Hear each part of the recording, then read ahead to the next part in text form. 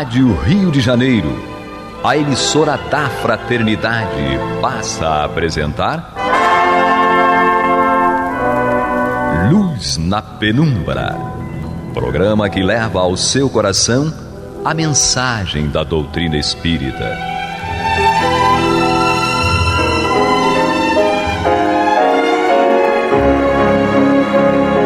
E com vocês, João Batista, para o estudo de O Livro dos Espíritos, da obra codificada por Allan Kardec. Papai do céu nos guarde, nos abençoe.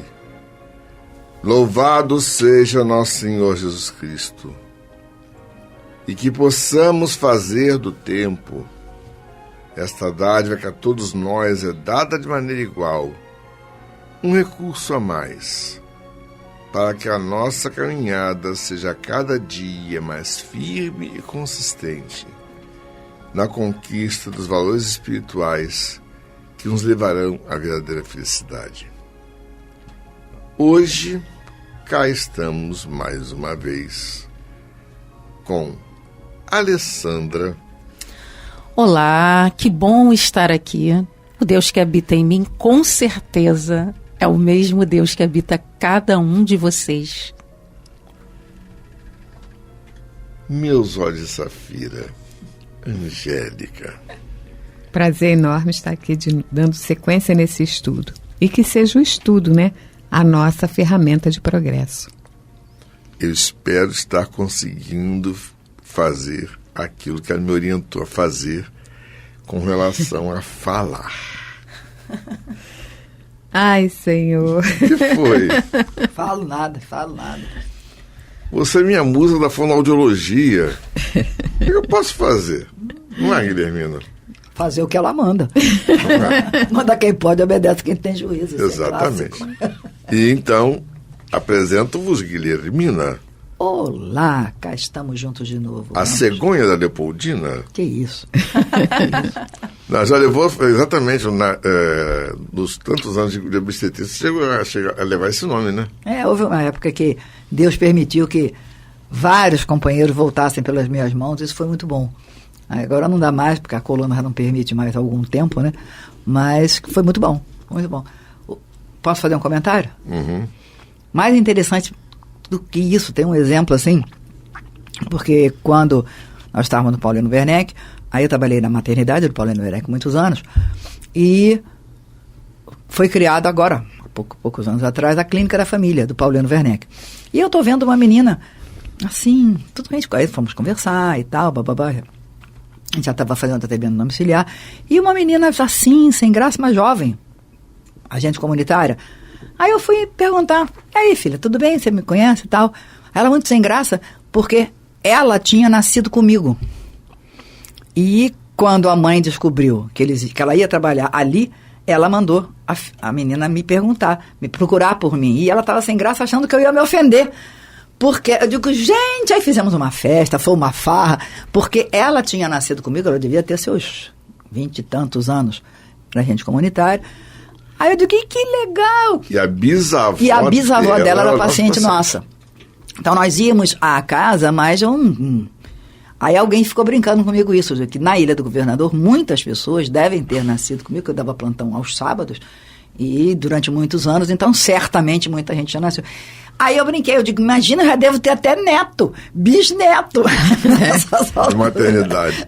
Com certeza. Muito bom, muito bom. Aí a gente agradece a Deus, realmente, porque nada é por acaso, a gente sabe que nada é por acaso, e pelo menos dentro dessa vertente de oportunidades, eu espero que tenha pelo menos contribuído de alguma forma. Bom, isso é muito bom. Sinal de que nós evoluímos é de que não botam mais as parteiras na fogueira. Isso é exato. Não lembre dessa parte. Algum dia eu posso ter virado. Já houve época. Eu posso ter virado. Pois é, não quero lembrar não que eu posso ter virado churrasco em alguma encarnação, então não.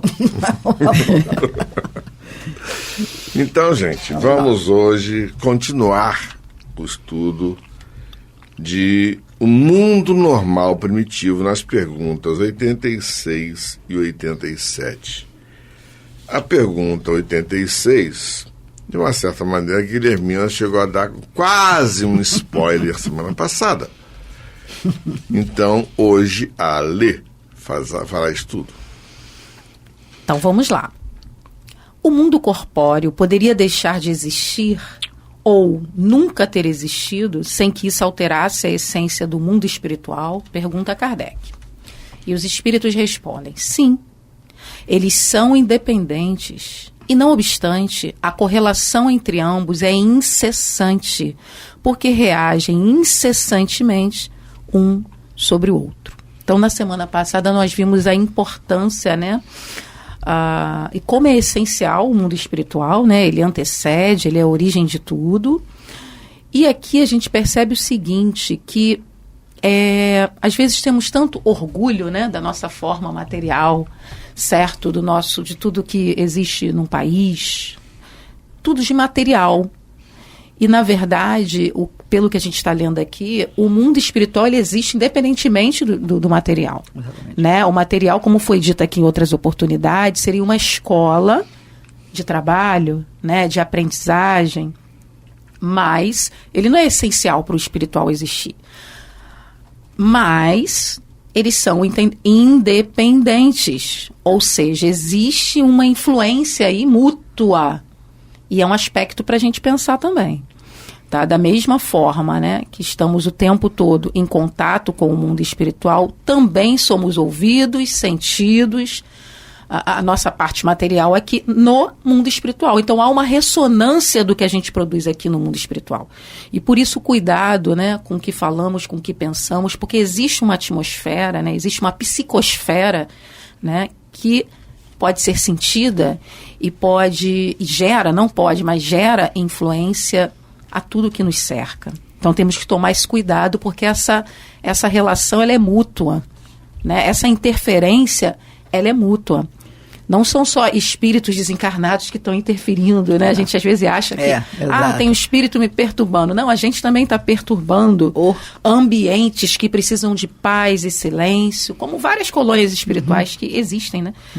No nosso planeta Terra existem vários espaços utilizados pelo plano espiritual para cuidar de outros espíritos recém-desencarnados. E a gente, com a nossa, às vezes, verborragia, gritaria, pensamentos desequilibrados, nós estamos interferindo de forma negativa nesses mundos aí. Pura invigilância, né?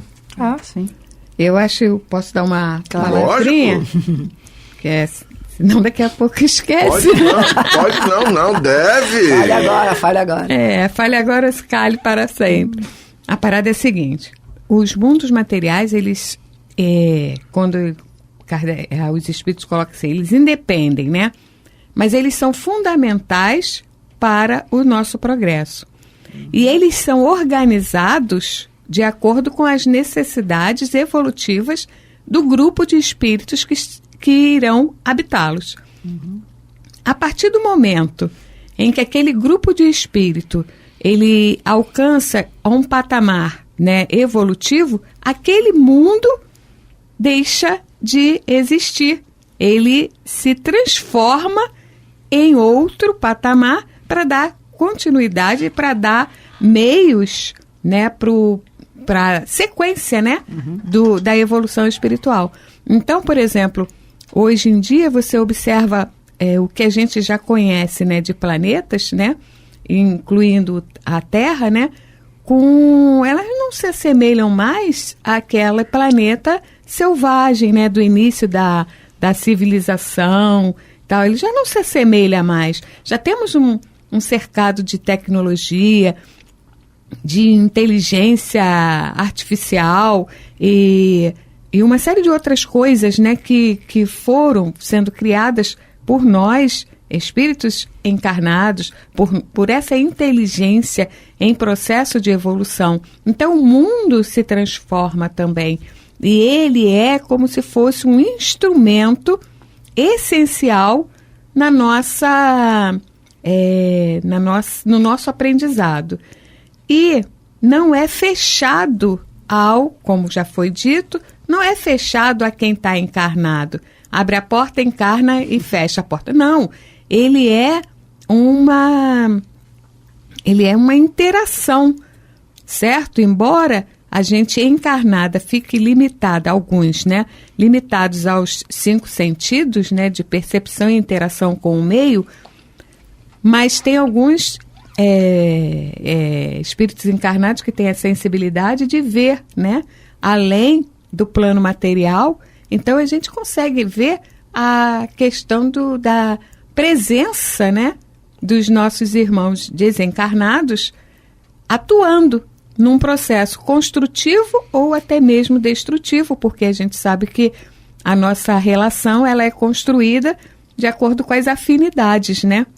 E você criar um afeto, no mínimo você já criou uns 10 desafetos antes. Então, você está semeando e vai colher, né? Essa é a lei de equilíbrio, a lei de causa e efeito. Causa e efeito.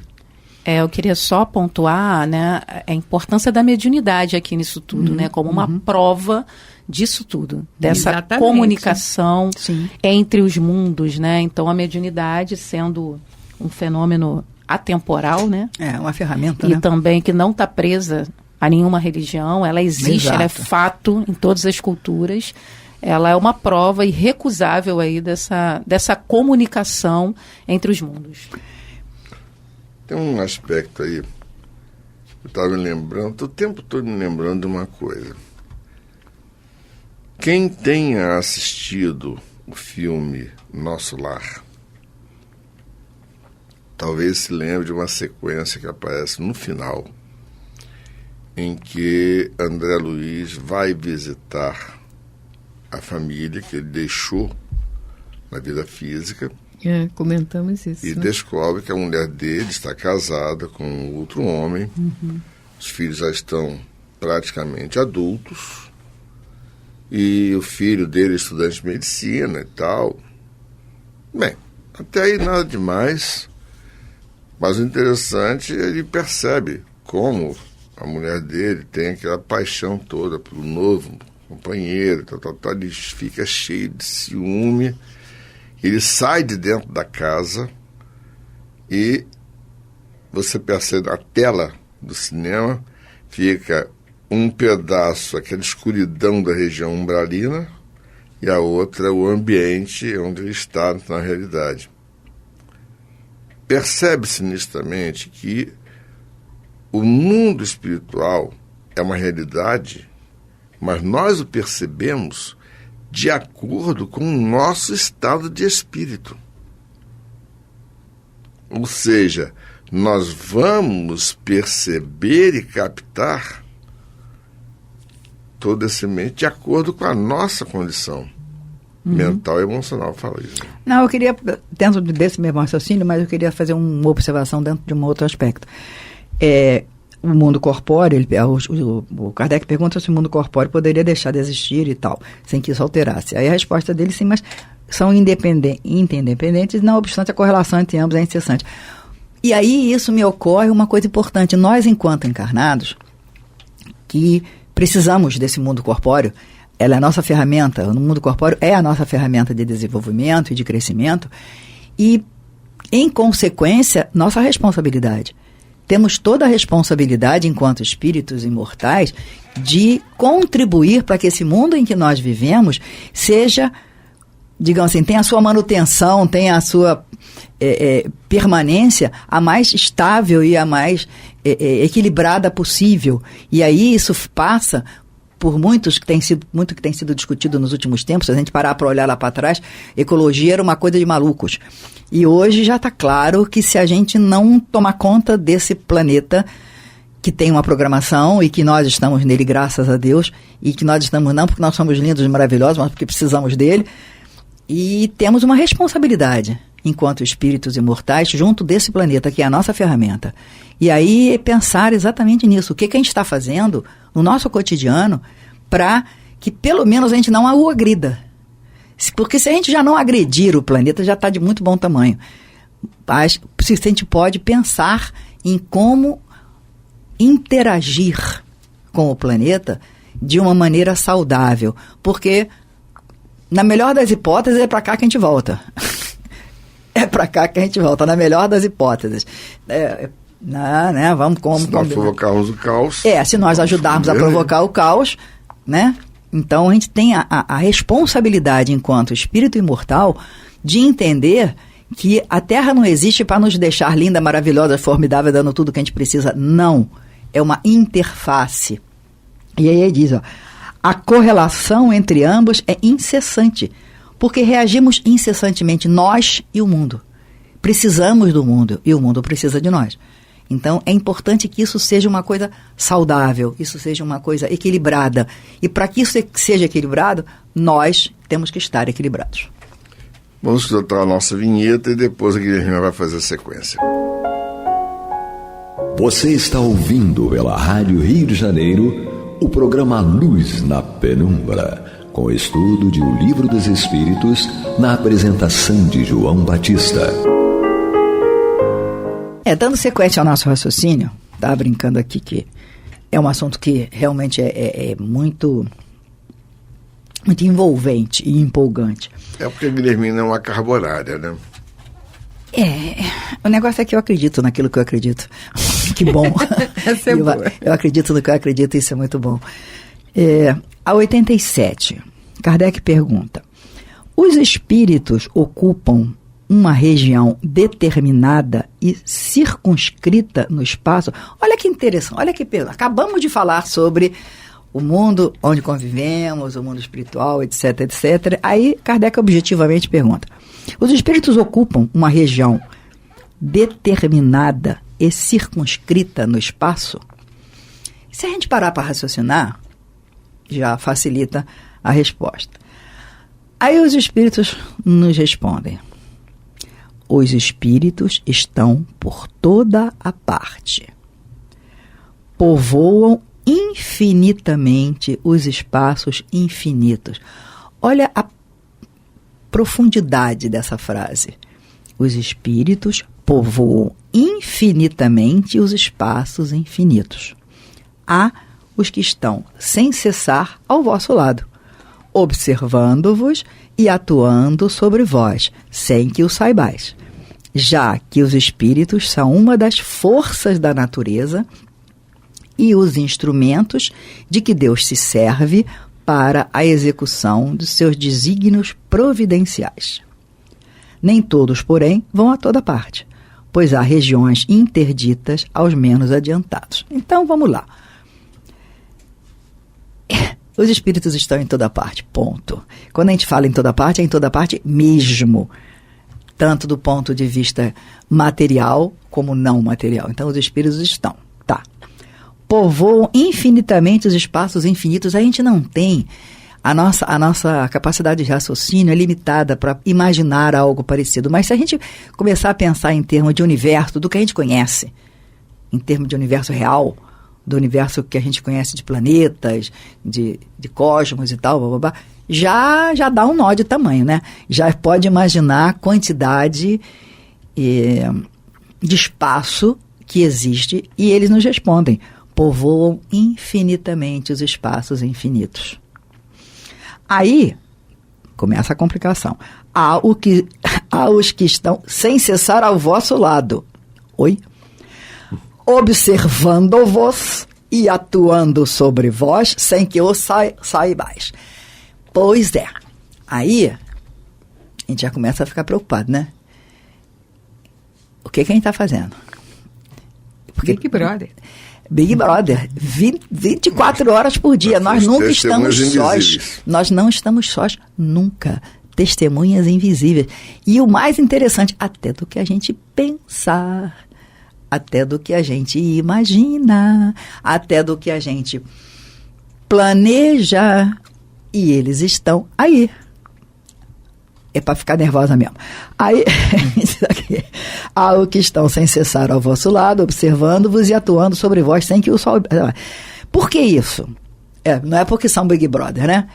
Já que os espíritos são uma força da natureza, e os instrumentos, eles são os instrumentos de que Deus se serve para a execução de seus desígnios providenciais. Ou seja, Deus utiliza os espíritos, geral, encarnados, desencarnados, presentes ou não, etc., para que, como ferramenta para a execução dos seus desígnios providenciais, por nós, a nosso favor, sempre. Então, se eles estão por aí, do nosso lado, a gente tem que parar para pensar quais são os espíritos que a gente está atraindo. Quem que a gente está colocando do nosso lado? Eles estão aí. Existem, já vimos em outras situações de força de atração. E já vimos que não fazemos nada escondido. Isso é o problema. Não há nada que seja escondido aos olhos de Deus. Ponto. Nem o pensamento. É para deixar um pouco nervoso mesmo. Aí continua. Nem todos, porém, os espíritos vão a toda parte, pois há regiões interditas aos menos adiantados. Ou seja, existem regiões no mundo espiritual que nós não podemos acessar. Isso, nós encarnados aqui, dormindo, a gente não vai poder ir. Agora, mesmo aos desencarnados, existem regiões que não vão poder ser visitadas por conta do adiantamento espiritual. Agora, por outro lado, se há regiões interditas aos menos adiantados, obviamente há regiões que nós, encarnados, e aqueles que nos acompanham, que nos frequentam, que estão conosco, que a gente atrai nitidamente com as nossas ações e pensamentos. E aí, isso tudo me faz refletir da nossa responsabilidade. Nós estamos encarnados no mundo hoje, 2022, não é porque a gente é lindo, maravilhoso, fantástico, não. É porque a gente precisa. Porque a gente merece. Então, e precisa. É para pensar, fala.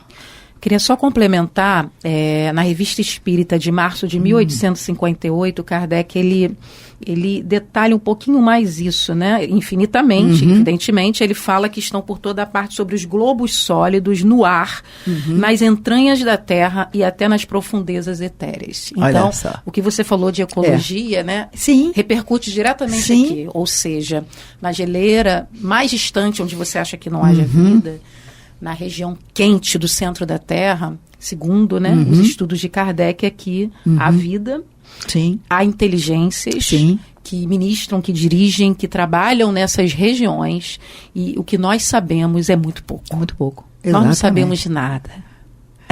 E o que eu queria só para fechar meu raciocínio, não sei se eu consegui deixar claro, é o nível de nossa responsabilidade, nosso cotidiano. Porque uma coisa não é o que eu faço dentro do centro, dentro da casa religiosa. Uma coisa que eu faço no meu cotidiano, no meu todo dia, no meu trabalho, na minha família, no mercado, aonde quer que eu esteja. O que eu penso, o que eu desejo, o que eu crio dentro de mim. E isso está sendo visto. Isso está sendo observado. E está ressonando, né? Não está sendo visto como os fluidos, as energias estão sendo espalhadas. Exatamente. Do que eu penso, do que eu sinto. Exato, isso são energias que a gente libera. E eu estou interferindo em outras partes, não só no meu redor, mas em outras partes. É a responsabilidade de cada um. Exatamente. Né? E lembrando sempre, para o nosso alívio, que Deus está conosco. Sempre. É um alento. Exatamente. Que maravilha. Uma coisa é certa, viu? O maior consolo que nós temos é que Ele está conosco e nós agimos de maneira insensata. Isso me faz lembrar uma situação em que estavam dois indivíduos dentro de um helicóptero sobrevoando um morro que era contornado por uma estrada bastante íngreme e cheia de curvas. E tinha um sujeito que estava subindo aquela estrada com um veículo numa velocidade fora do comum. E eles estavam vendo que estava descendo um veículo enorme que ia, digamos assim, a rota de impacto seria numa das curvas mais fechadas da descida da carreta e do carro esporte que estava subindo. E aí, repentinamente, eles viram que o sujeito que estava pilotando o carro esporte conseguiu desviar a tempo de evitar uma colisão. E aí um comentou com o outro, pois é, parece Deus olhando para nós, fazendo as nossas atitudes insensatas. Realmente. Então vamos refletir a respeito disso. Papai do céu nos guarde, nos abençoe, hoje, agora, para todo sempre. Que louvado seja nosso Senhor Jesus Cristo, que possamos fazer do tempo, essa dádiva que a todos nós é dada de maneira igual, um recurso a mais para que a nossa caminhada seja cada dia mais firme e consistente na conquista dos valores morais que nos levarão à verdadeira felicidade. Graças a Deus. Graças a Deus. Você está ouvindo o programa Luz na Penumbra.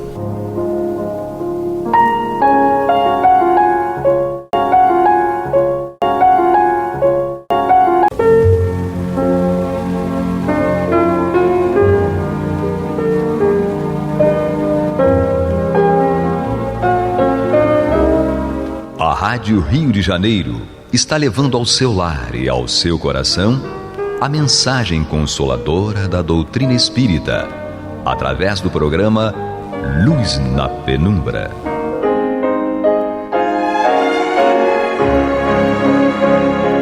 E com vocês, Antônio de Pádua Barbosa, para comentar o Evangelho segundo o Espiritismo, da obra codificada por Allan Kardec. Olá, meus amigos, muito boa noite.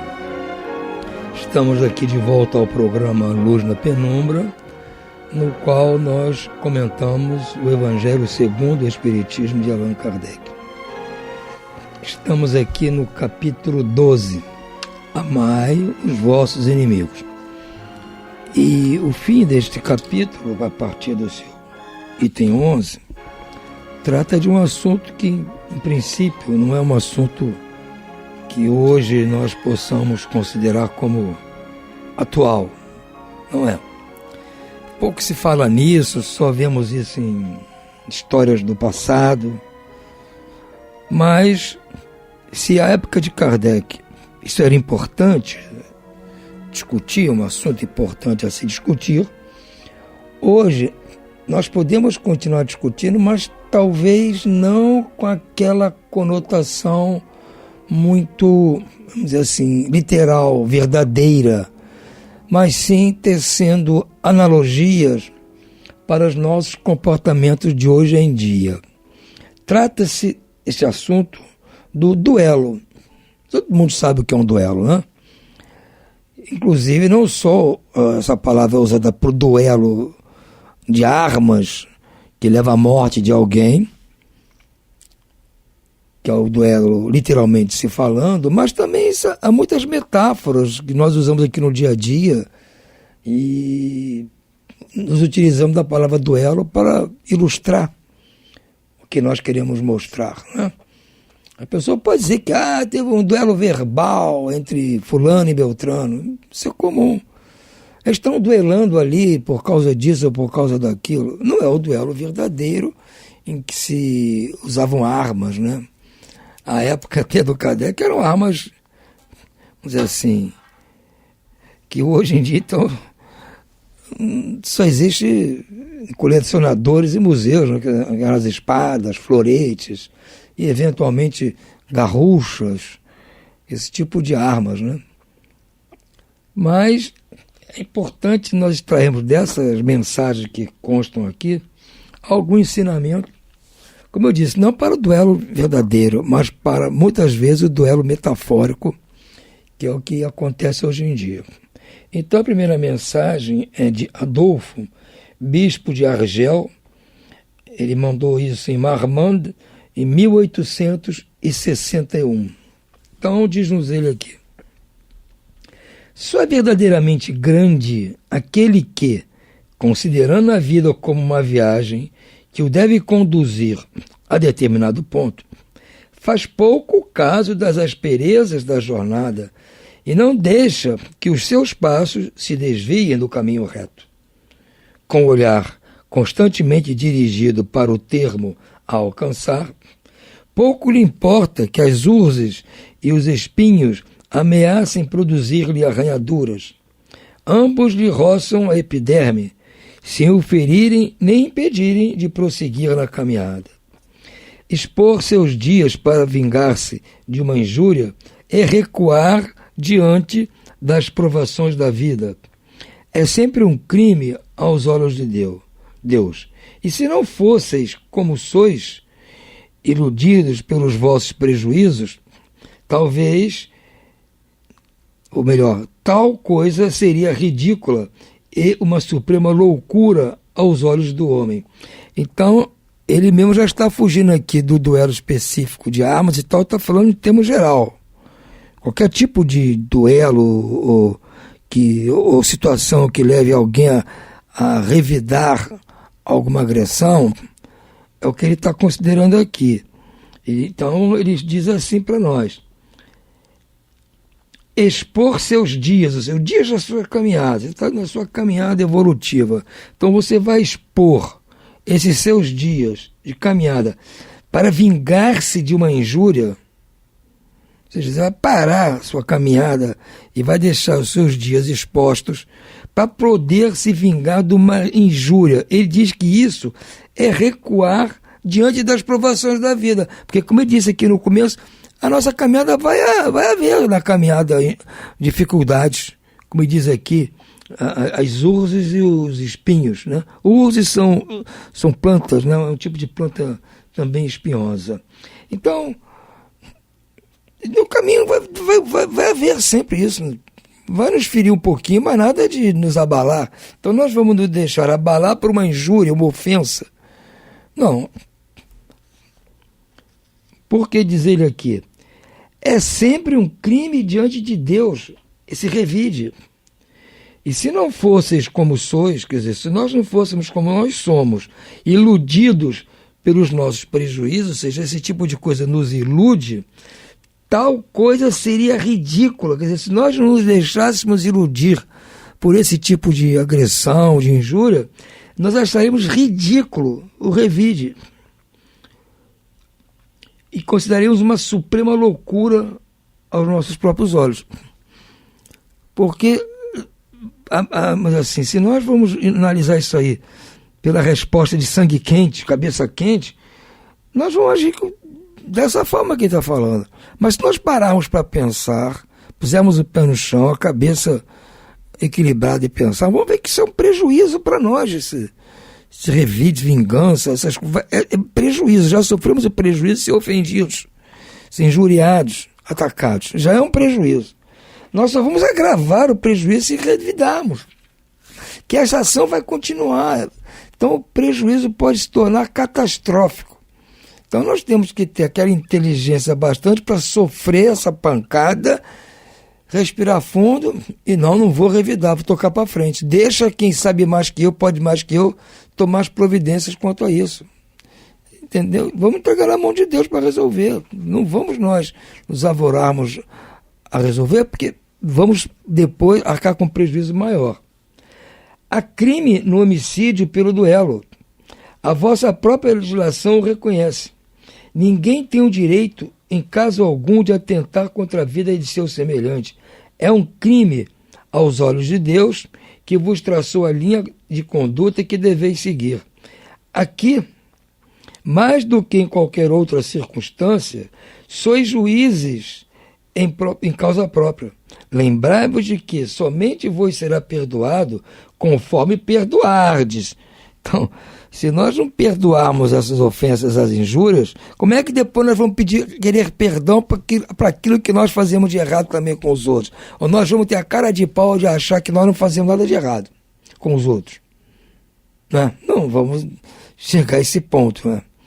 Então, se amanhã depois nós vamos precisar de ser perdoados, nós temos que perdoar primeiro para merecer o perdão, a misericórdia de Deus.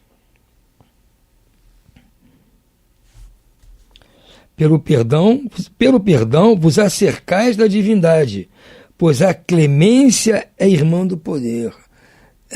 Gente, o que ele está falando aqui, quer dizer, à medida que nós vamos perdoando, nós vamos acercando de Deus. E a clemência, ou seja, o perdão, é irmã do poder.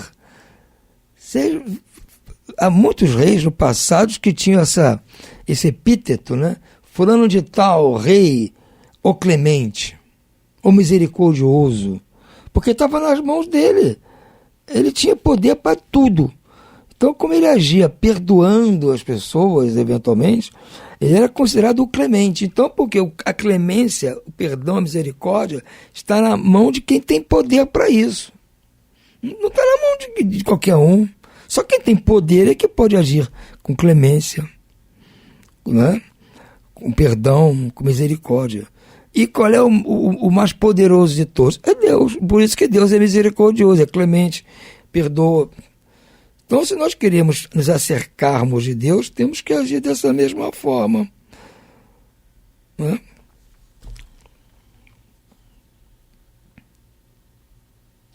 Enquanto uma gota de sangue humano correr na terra pela mão dos homens, o verdadeiro reino de Deus ainda não se terá implantado aí.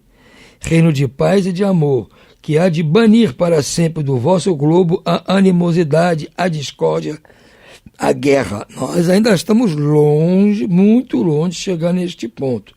Então, a palavra duelo somente existirá na vossa linguagem como recordação longínqua e vaga de um passado que se foi. Os homens não conhecerão outro antagonismo senão a nobre rivalidade do bem. Então vejamos aqui, faz que 160 anos, 62 anos que ele escreveu isso. Então, ele já estava augurando que nós, mais adiante, já iríamos abolir o duelo. Isso ia ser uma coisa que fica assim na memória longínqua. E realmente o duelo, como o duelo especificamente, está. No começo eu já falei aqui, hoje em dia ninguém ouve falar que tem um duelo ali na esquina, fulaninho puxando arma contra outro, puxando espada. Não existe isso. Está nos livros aí e nos filmes de Velho Oeste. Mas as outras formas de duelo, os metafóricos, ainda continuam. Não é? Mas se nós conseguimos nos livrar do duelo de fato, eu tenho esperanças, eu tenho quase que certeza de que vamos nos livrar de todo tipo de revide, todo tipo de duelo, todo tipo de disputa, a não ser, como diz aqui, a nobre rivalidade do bem. Vamos ver quem faz melhor, vamos ver quem ama mais, vamos ver quem pratica mais caridade. Essa disputa, essa rivalidade que vai permanecer, essa é a rivalidade do bem.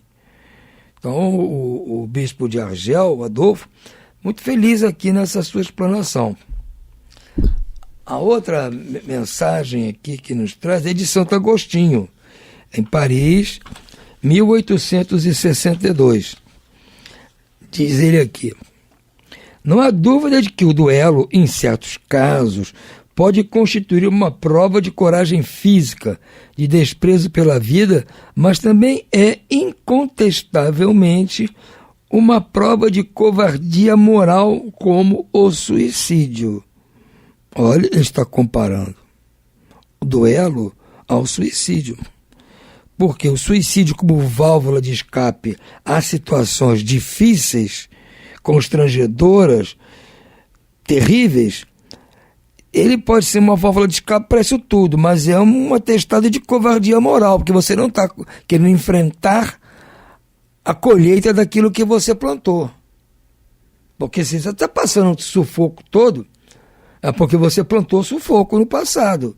E agora quer fugir dessa colheita do sufoco suicidando. É uma covardia. Não importa as circunstâncias. Nós podemos entender, até perdoar, ajudar, tudo em relação ao suicida. Não importa, vamos fazer tudo para ajudá-lo, porque ele fez isso por falta de compreensão. Porque se tivesse a compreensão nossa, ele não faria. A situação dele devia ser dramática, mas é covardia. Não importa as circunstâncias. É a mesma coisa, alguém matar alguém. É um crime, assassinato. Agora, as circunstâncias vão dizer se for legítima defesa, se for no momento de perda de lucidez, mas não diz de ser um assassinato. Então, o caso, o autoassassinato, que é o suicídio, não deixa de ser uma covardia moral. Tem suas circunstâncias que relevam a situação, a gente entende tudo isso. Cada caso é um caso, não é o que está discutindo aqui. Então, tecnicamente, suicídio é um assassinato, é um autoassassinato. E é uma covardia moral. Não tem condição de enfrentar aquilo que plantou. Então, o que ele diz aqui, ele considera o duelo a mesma coisa. O suicida não tem coragem de enfrentar as vicissitudes da vida. Digamos nós, plantadas por ele próprio, que ninguém vai sofrer vicissitude que o outro plantou.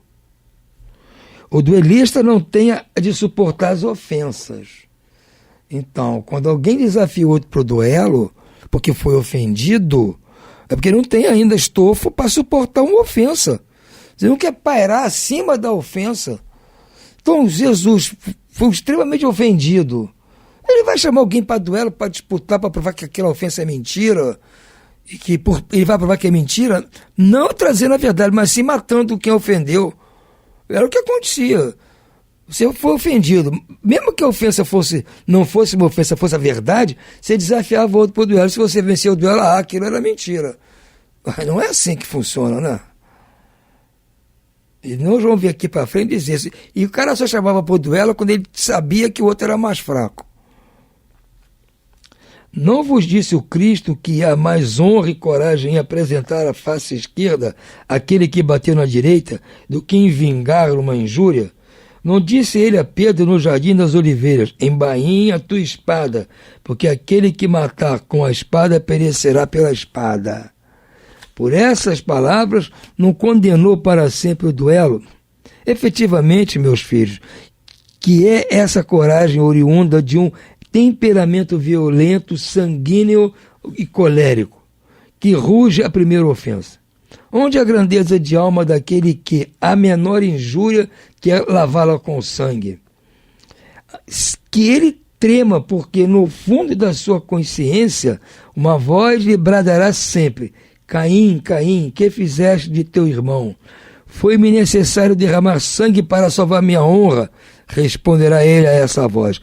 Ela, porém, retrucará: quiseste salvá-la diante dos homens, porque alguns instantes que te restavam de vida na terra, e não pensaste em salvá-la perante Deus. Quer dizer, você lavou sua alma, salvou sua alma com sangue perante os homens.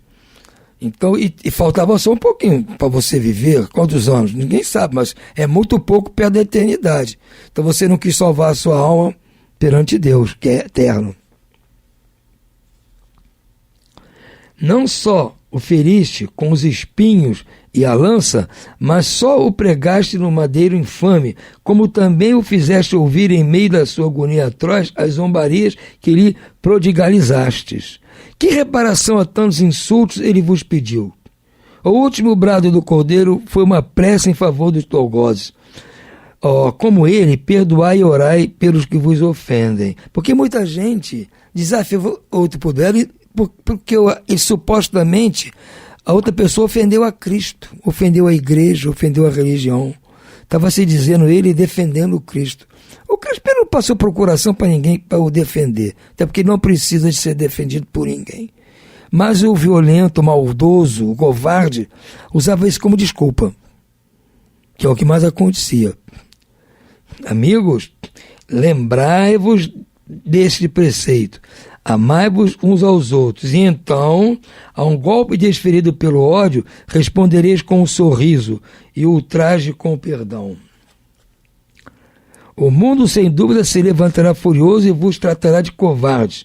Erguei bem alto a fronte e mostrai que também ela não temeria cingir de espinhos, a exemplo do Cristo, mas que a vossa mão não quer ser cúmplice de um assassinato autorizado por falsos ares de honra, que, entretanto, não passa de orgulho e amor próprio.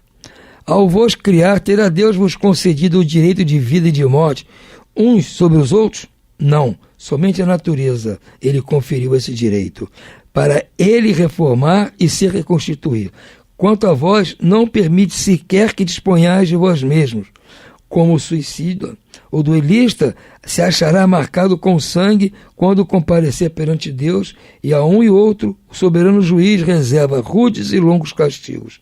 Se ele ameaçou com a sua justiça aquele que disser raca a seu irmão, quão mais severa não será a pena para quem chegar à sua presença com as mãos sujas de sangue de seu irmão? Então o Santo Agostinho está pegando pesado aqui. Essa comparação que ele faz aqui entre o suicida e o duelista é interessante, que mostra falta de resistência às vicissitudes da vida. As ofensas, as injúrias, as traições são vicissitudes da vida. São os espinhos que nós vimos naquela outra mensagem, que estão aqui no nosso caminho evolutivo. E nós temos que passar por isso, porque não foi ninguém que plantou esses espinhos, fomos nós mesmos que plantamos no passado espinhos, urzes, não é? Carrapicho, tudo que tem de direita e de ruim, acácias, a gente plantou. Agora, não tem como suportar, resolve suicidar. Ou então, desafia por ela aquele que está sendo um agente do escândalo, que está trazendo todos esses espinhos para a nossa vida, através de ofensas, injúrias, traições, maledicências, tudo bem. E nós achamos que vamos resolver o problema duelando? Porque se nós morremos, é como um suicídio. Matou a si próprio. Quis morrer. E se o matarmos, o outro, seremos assassinos. Então, de qualquer maneira, vamos responder por tirar a vida, ou nossa própria, ou de outrem. Então, pensamos bem. Será que o orgulho é uma coisa tão forte em nós, o egoísmo, que justifica essa barbaridade? Eu creio que não. Tanto é que já não se pratica mais.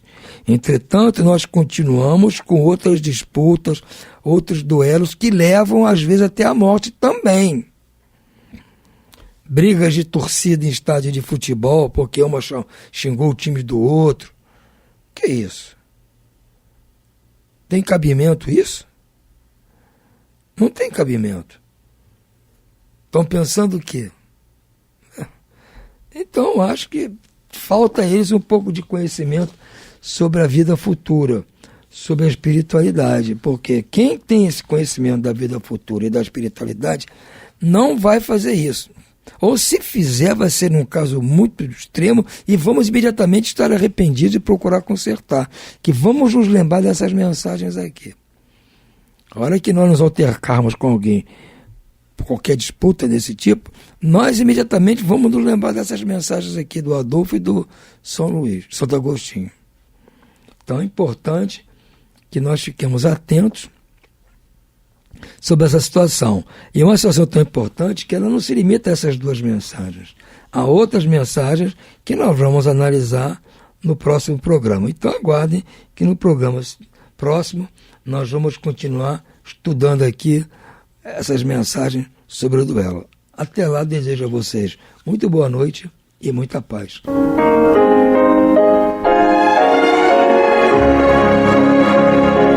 E vamos ouvir agora a prece de encerramento de nosso programa, na voz de Geraldo de Aquino. Jesus, dá-nos coragem para a luta, piedade para os insultos e misericórdia para as injustiças e ingratidões. Limpa nossa alma de inveja e ambições mesquinhas, de ódio e de vingança o nosso caminho. E que dentro em pouco, ao recolher-nos de novo ao calor do nosso leito, para que o sono nos dê a paz e o esquecimento das tristezas humanas, possamos sentir, Senhor, no mais íntimo de nosso ser, a doçura indefinível do Teu amor e a grandeza incomparável da Tua divina presença. Que assim seja.